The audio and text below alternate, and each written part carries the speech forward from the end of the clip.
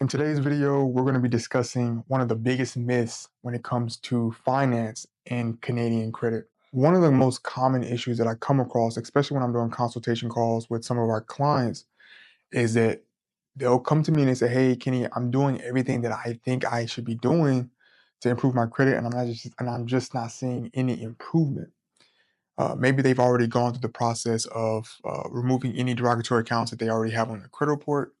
Maybe they've cleaned up some of those late payments and they kind of hit this plateau or they hit this wall and they're unsure of what they should be doing next. And it's really because a lot of times they believe this one big myth. And I don't, it's a myth, but it's a myth amongst Canadian credit. Because what happens is with a lot of the influencers that people follow on social media, especially when they're not in the realm of finance, is that they're just stealing information that they see someone else say, and then they adopt it into their own practice or they share it with their audience. And that's a big issue because a lot of times people don't practice things themselves, test things out, and see what actually works. And the great thing about what I get to do is that when I only talk about credit, because my business is surrounded around credit, I really get to see what works and what doesn't work. I see what has failed me. I see what's helped others, all my clients that I work with, and then I'm able to come back to my social media platforms and share that with the audience to give them the best advice. And so one of the biggest issues is that people believe that having a 30% utilization is this magic number. They think that if they keep their utilization at 30%, all their issues are going to be fixed. And so we have to ask ourselves, where does this number come from? And if we look at all of the information that's on social media, where this is coming from is on the southern side of the border, the United States. And so a lot of content creators in the US, they're going to say, hey, keep your utilization at 30%, you're going to be fine. Now, here in Canada, we operate a little differently. And because the US has such a huge marketplace within the social media space, it has an impact, right?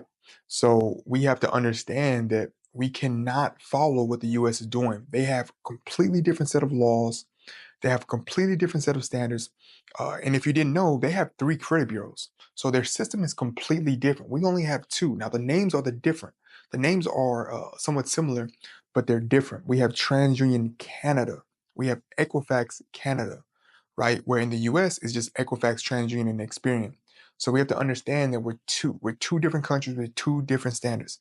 Here in Canada, as far as utilization is concerned, people are always shocked when I say this: lower your utilization down to 10%. Once you get it down to 10%, let's keep it there for the next 6 months. Once you do it for the next 6 months, let's do it for an additional 6 months. Typically, the clients that I've worked with for the past 5 years, when they do this, they're noticing an increase on the low end of 60 points. Because a lot of times they're coming down from that 30% to 10%, and they're doing it over a long period of time. Now, what we have to understand when it comes to our credit score, we're really battling an algorithm. And so we have to understand that the algorithm is not set to reward those that are seeking short-term gain. And what I mean by that is if you're just lowering your utilization for 1 month and you're thinking you're going to get this grand outcome, you're going to be mistaken. What Equifax and TransUnion in Canada want to see is that you're able to keep your utilization low for a longer duration. So this is why I always introduce to my clients, try to keep it at 6 months, 10% for 6 months, and then you can do it an additional 6 months. And then once they reach that year mark of keeping their utilization at 10%, then I tell them, hey, you can do this for the rest of your life. If you can do it for a year, you can do it for the rest of your life. This doesn't mean that you're not using your credit cards. I still use my credit cards. The only difference is on the due date, I'm paying my credit cards off in full. That way my balance isn't showing a high utilization. Now, if you have a low credit limit, this is going to be difficult for you. That's why you should be going out, building relationships with other banks, and increasing your credit limit. That way you have more room within your utilization to play around with. But I'm always paying my credit cards off in full. That way I'm not worried about utilization. Now, after that year mark, I shock the clients even more because a lot of them have the desire to get into the 800s if they're not already there. I then say, well, bring down the utilization to 1%. Now, you may say that's impossible. How can I do that? I'm using my credit card. If you have access to $100,000 in credit, you're not using $100,000 every single month. You're probably using, let's say, $1,000, but you're paying it off on that due date. right? Now you may say $100,000 is a lot. That's a lot of I can't even get approved for a $1,000 credit card. But I'm here to share with you that it is very possible. It is very possible, and it's actually very easy once you know what you're doing. And that's a different topic for a different video. But you can go out with multiple banks. There's nothing that says you need to have one credit card with one bank.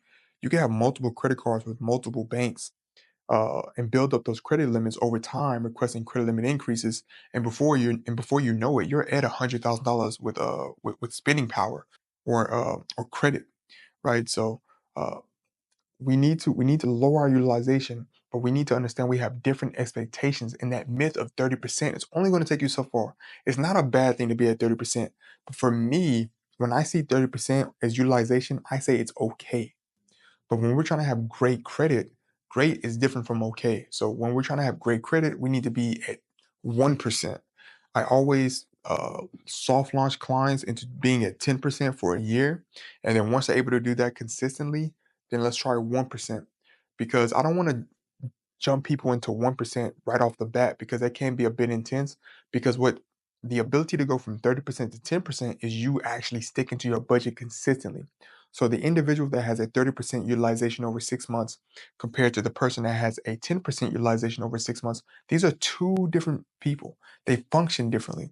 The person that's at a 1% utilization over a year is completely different from the person that's at a 10% for 6 months or a year.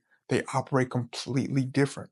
The person at 1%, the person that I want you to be, is the individual that's able to sit down and budget. They're able to budget consistently once a week at least. Once a week at least, you're on top of your finances and you know exactly how much is coming in versus how much is going out. It sounds extreme at first, but it's a habit that you build. And once your why on why you need to be having this budget is important enough, you're going to find the time to sit down and do it. Just to give you some advice, I sit down every single Sunday and I do my budget. That does not have to be the cadence for yourself. It could be something completely different, but you have to find out what works for yourself. So I encourage you, don't follow the myth of having this 30% utilization, push for 10%. Once you get there and you can hold it for a year, then push down to 1%, and then watch what happens with your credit, and also watch what happens with your budget as well. If you have any questions or if you have any issues with collection accounts, my company helps Canadians all across Canada. You can always send us an email, info@kennyjohnsonuniversity.com. And until next time, peace.